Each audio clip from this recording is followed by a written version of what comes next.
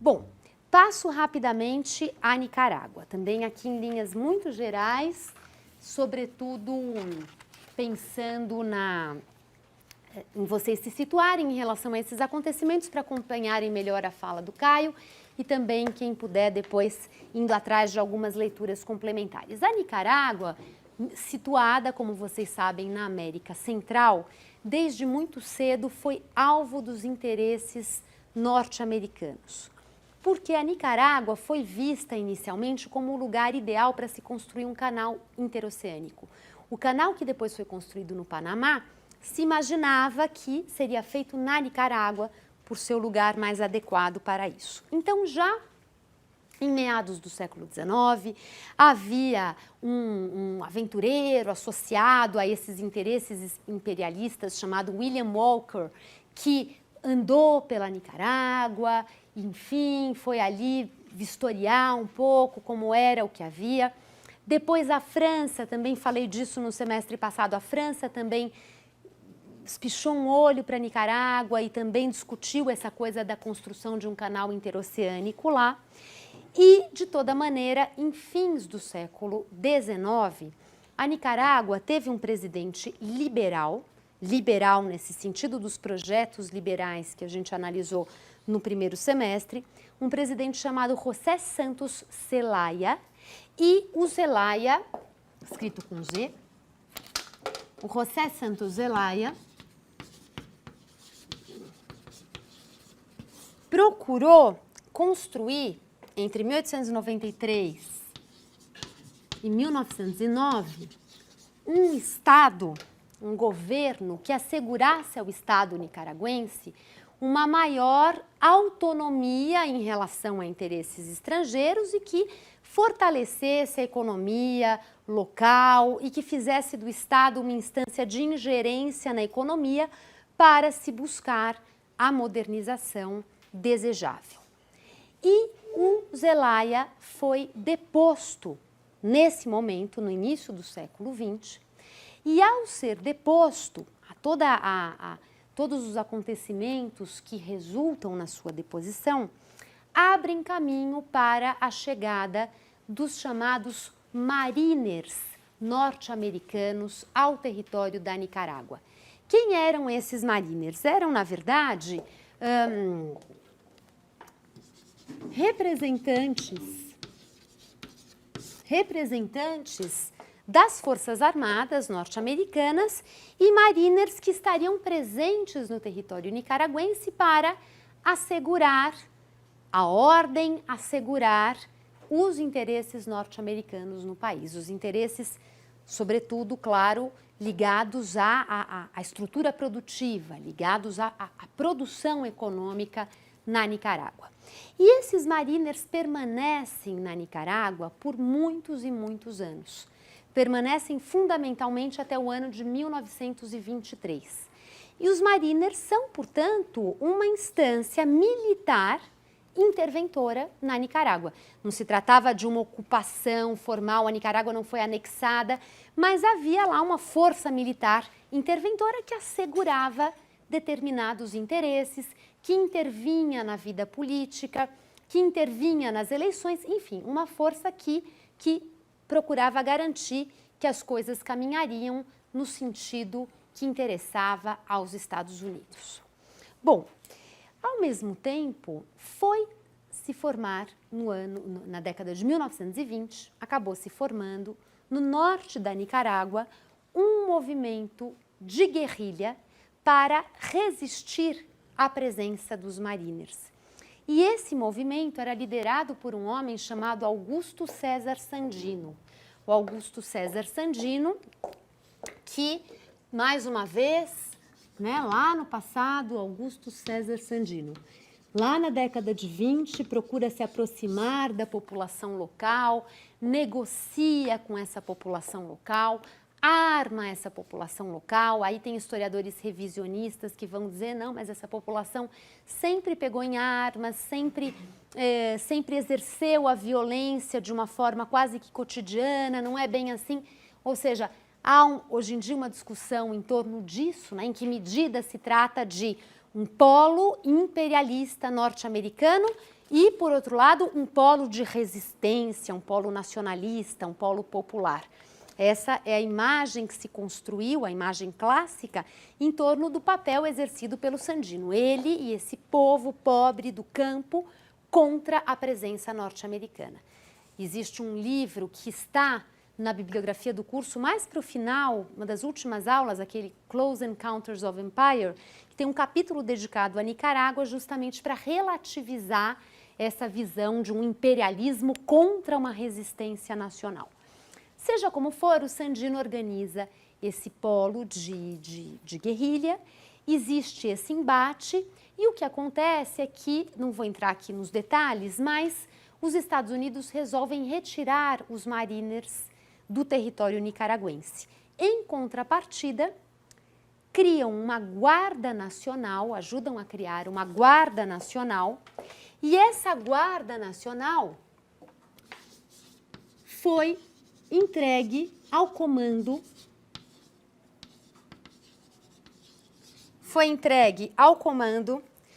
de um homem chamado Anastácio Somoza, do qual vocês certamente já ouviram falar. E o Anastácio Somoza, então, assume o comando da Guarda Nacional. Em 1934, Sandino tenta um levante contra ele e termina assassinado. Então, em 1934, Sandino é assassinado a mando do Somoza. E, a partir daí, o Somoza assume o governo da Nicarágua e o governo de Anastácio Somoza representa o início de uma longa dinastia. Ele próprio governa até 56. Depois, um filho seu chamado Luiz Somoza governa até 1967 e, em seguida, o seu outro filho, Anastácio Somoza Debayle, governa até o ano de 1979, quando, então, a Revolução Sandinista consegue tomar o poder. Ou seja, a dinastia Somoza, Anastácio Somoza e os seus dois filhos, governam a Nicarágua desde os anos 30 até o ano de 1979. O Anastácio Somoza I termina assassinado em 56, o seu filho Luiz Somoza também, e o Anastácio Somoza Debayle, o terceiro, quando deposto, se refugia no Paraguai e termina assassinado pela KGB. Ou seja, essa família que assume o poder na Nicarágua, ela de alguma forma torna desnecessária a presença dos Mariners. Ela garante o respeito dos interesses norte-americanos, aos interesses norte-americanos. Ela assegura, portanto, a prevalência dos interesses norte-americanos na Nicarágua, ao mesmo tempo em que ela governa esse país de uma forma ditatorial, de uma forma extremamente centralizadora e às custas da miséria social, né? A família Somoza faz fortunas, né? Os comportamentos são característicos daquelas imagens quase caricaturais que nós temos dos ditadores e às custas dessa pobreza. Para vocês terem uma ideia, no início dos anos 70, a Nicarágua sofreu um grande terremoto e o mundo inteiro fez doações substantivas à população nicaragüense. Depois se soube que o Anastácio Somoza Debayle havia ficado com boa parte das doações. Esse episódio foi sintomático porque muitos setores médios que não apoiavam ainda a causa sandinista nesse momento aderiram e se tornaram então também suportes do movimento que teve êxito em 79. Então, as histórias sobre o Somoza são realmente aterrorizantes e o fato é que essa família foi seguindo no poder na Nicarágua, até que em 1961, no ano de 1961, um homem chamado Carlos Fonseca criou a chamada Frente Sandinista de Libertação Nacional. Frente Sandinista de Libertação Nacional. Carlos Fonseca. E a Frente Sandinista de Libertação Nacional, claro, fazia menção à luta iniciada lá atrás pelo Sandino, ou seja, a luta de resistência ao imperialismo norte-americano, a luta de resistência às arbitrariedades e uma luta que sinalizava para as causas nacionais e populares, de uma aproximação com a população mais pobre. A Frente Sandinista de Libertação Nacional, também não vou entrar em detalhes aqui, mas ela se organizou em torno de 3 vertentes, sendo que uma dessas vertentes tinha uma atuação mais rural e guerrilheira, também optando pela estratégia da guerrilha para ganhar espaço e para confrontar a violência do Somoza, e havia uma frente mais urbana, que agregava setores médios, que começou a agregar, inclusive, setores empresariais, os empresários da Nicarágua que também começaram a se sentir completamente sufocados por aquele regime ditatorial e que vão, então, manifestando o seu apoio à frente. Então, uma frente mais urbana que atrai esses setores médios e empresariais, por exemplo, a família da Violeta Chamorro, que depois veio a ser presidente da Nicarágua, concorrendo em eleições com o candidato sandinista e venceu, e a Violeta Chamorro, que depois se tornou oposição aos sandinistas, mas que nos anos 70 é a expressão desse movimento de parte das elites aderindo à Frente Sandinista de Libertação Nacional. O que eu gostaria de destacar aqui, que dentro dessas 3 correntes que são heterogêneas do ponto de vista social, tem desde camponeses pobres até um empresário urbano, que são heterogêneas do ponto de vista político, ou seja, sustentando projetos muito díspares. Num primeiro momento, a oposição ao Somoza, a oposição à ditadura. Num segundo momento, quer dizer, o que pretendemos, né? O que buscamos para a Nicarágua? Em meio a essa heterogeneidade, uma força importante se destaca aqui, e eu quero chamar a atenção para ela, que é a presença de padres católicos ligados à teologia da libertação. E sobre esse tema da teologia da libertação, eu indico a leitura do livro do Michel Levy, O Marxismo na América Latina, em que ele vai mostrar o que foi ele tem outros textos também sobre esse tema, né? O Michel Levy escreveu bastante sobre a teologia da libertação, mas vai mostrar que caminho foi esse percorrido por alas da igreja, não por toda a igreja, mas por alas da Igreja Católica na América Latina, que aproximou a igreja de projetos de esquerda, às vezes, inclusive, de projetos revolucionários, francamente revolucionários. A origem dessa história está no Concílio Vaticano II, do Papa João XXIII, em Roma, quando a Igreja Católica faz uma autorrevisão crítica e se coloca com a missão de atuar em favor da justiça social. Houve muitos desdobramentos do Concílio Vaticano II, das posições assumidas pelo Concílio Vaticano II, por exemplo, a democracia cristã, né, que vai por um outro caminho também, de repensar o lugar da igreja e do catolicismo na vida social. E a teologia da libertação, depois do Concílio Vaticano II, vai se estruturar a partir de concílios episcopais que são realizados na América Latina. Por exemplo, um concílio em Puebla, no México.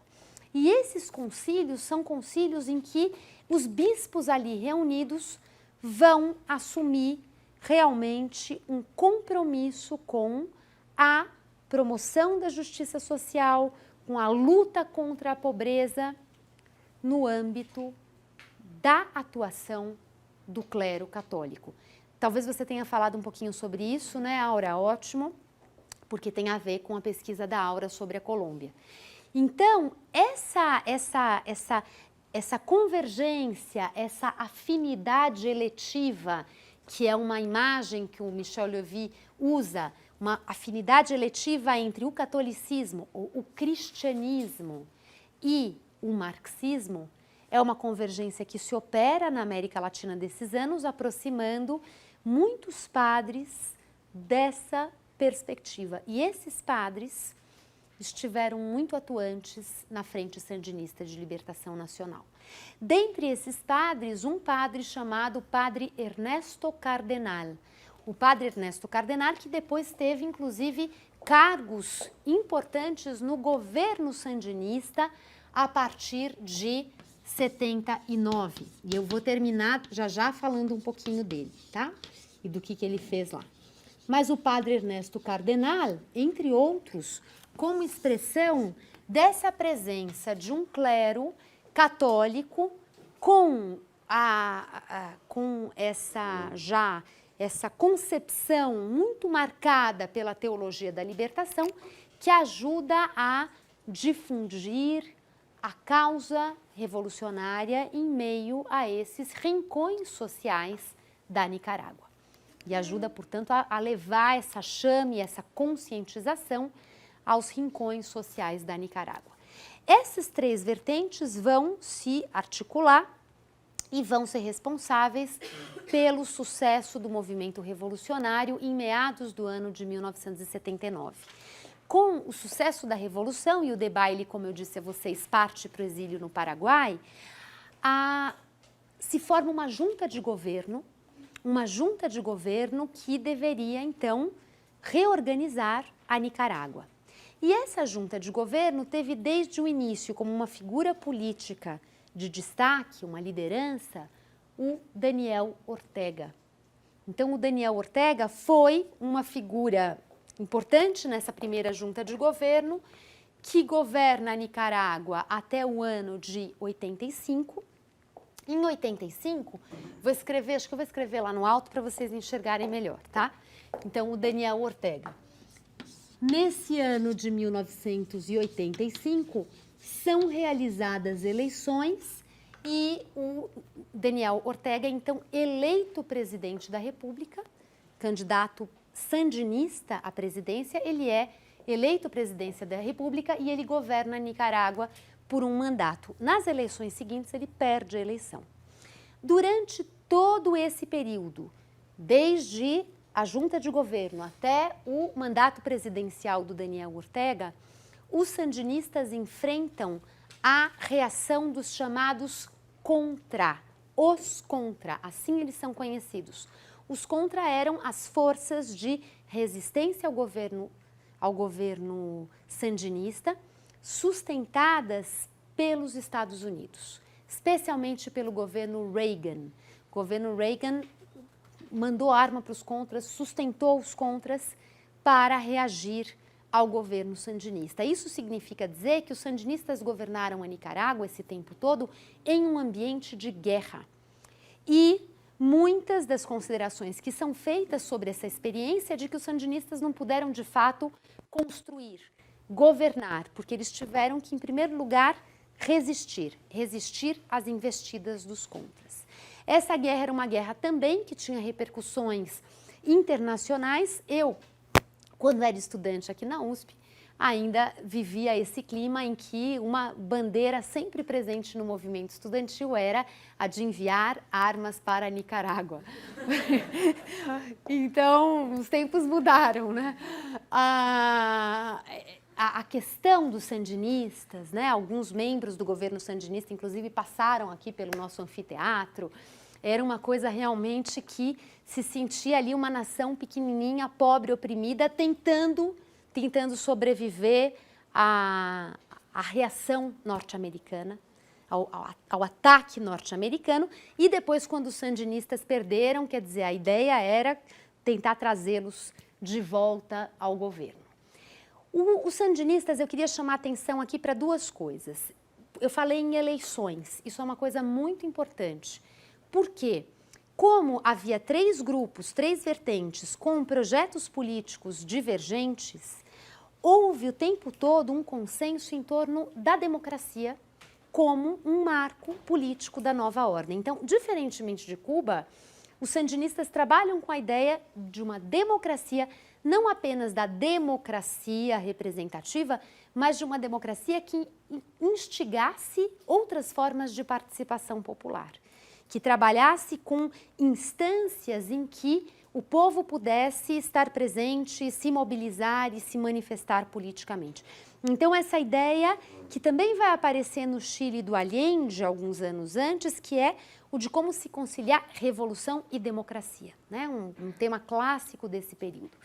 E na Nicarágua, os sandinistas o tempo todo trabalham com essa ideia de que a revolução instauraria a democracia, mas uma democracia pensada em termos mais profundos, porque dando conta de estabelecer canais de diálogo com os setores populares.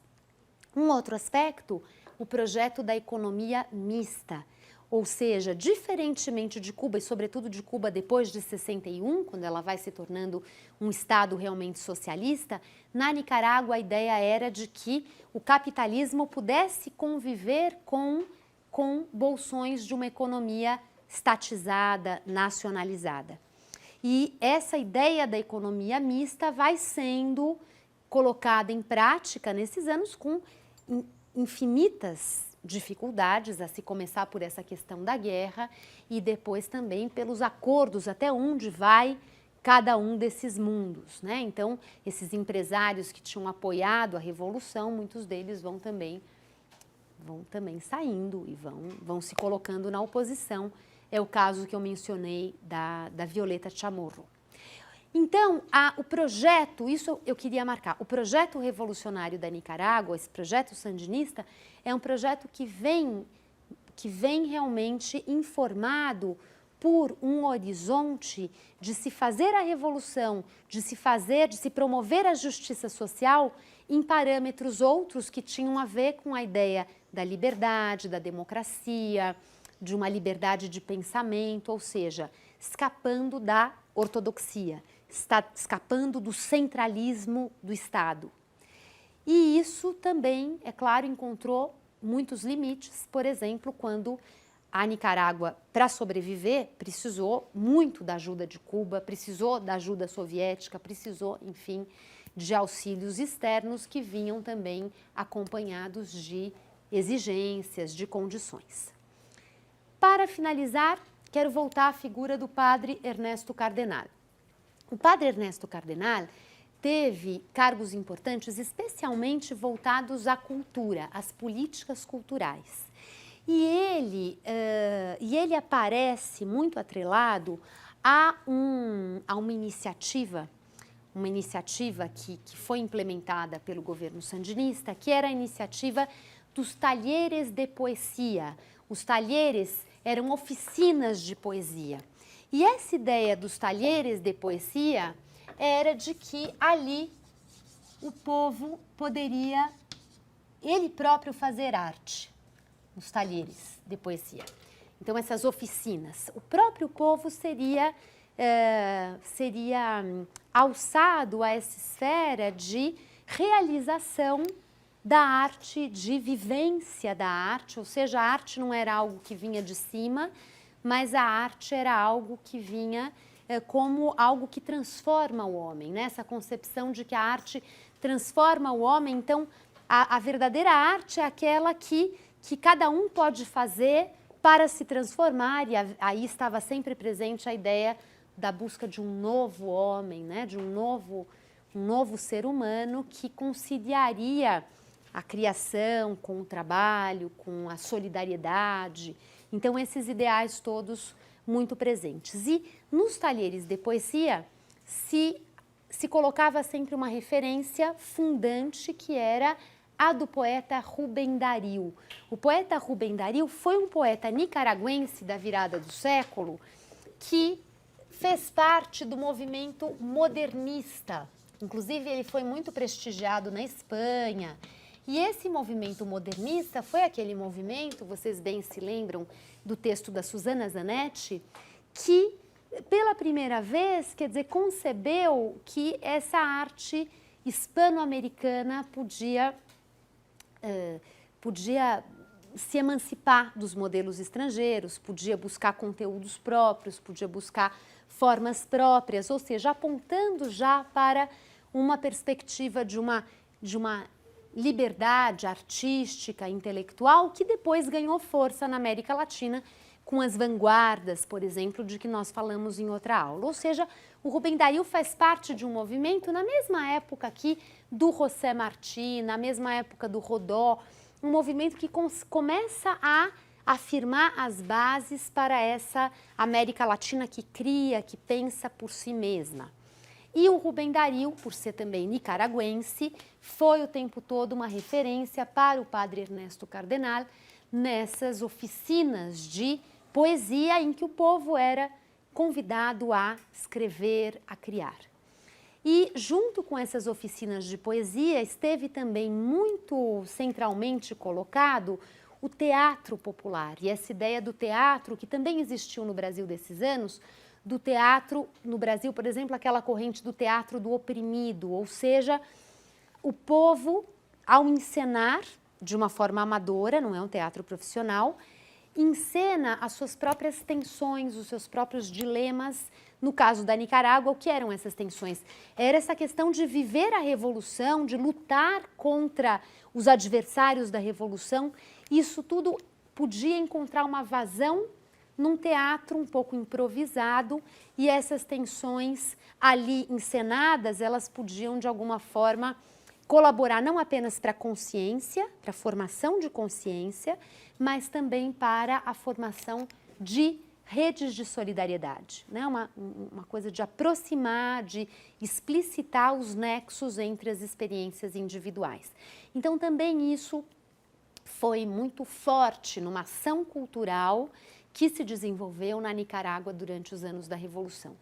Houve na época uma polêmica que se estabeleceu em um jornal parecido com o Lunes de la Revolución. No caso era o suplemento literário Ventana. Ventana quer dizer janela. Ventana do jornal Barricada. E esse suplemento Ventana do jornal Barricada foi um suplemento que também assumiu essa postura de uma abertura para várias expressões, para polêmicas, para divergências, não a coisa guiada e censurada. E nas páginas do Ventana foi publicada uma crítica aos talheres de poesia do Ernesto Cardenal, com o argumento de que essa poesia popular era uma poesia muito pobre, muito básica, muito rústica. E que a Revolução também deveria perseguir a arte com letras garrafais, a arte sofisticada, a arte que vem do talento, que vem da genialidade, né? Uma arte feita por artistas efetivamente. E essa polêmica então se estabeleceu porque a perspectiva do Ernesto Cardenal era de que não, que a verdadeira arte revolucionária era essa arte realmente que brotava do povo, que transformava o povo, e essa era a arte que deveria ter lugar, e não uma arte produzida para o povo, né? Mas a arte que vem de baixo. Essa polêmica também atravessou os governos de esquerda, da América Latina fora. Eu me lembro dela aqui em São Paulo, na época da Erundina como prefeita, e as casas de cultura vivendo essa mesma questão. Mas o que é uma política cultural? É aquela que oferece a arte ou é aquela que faz a arte brotar dos meios populares?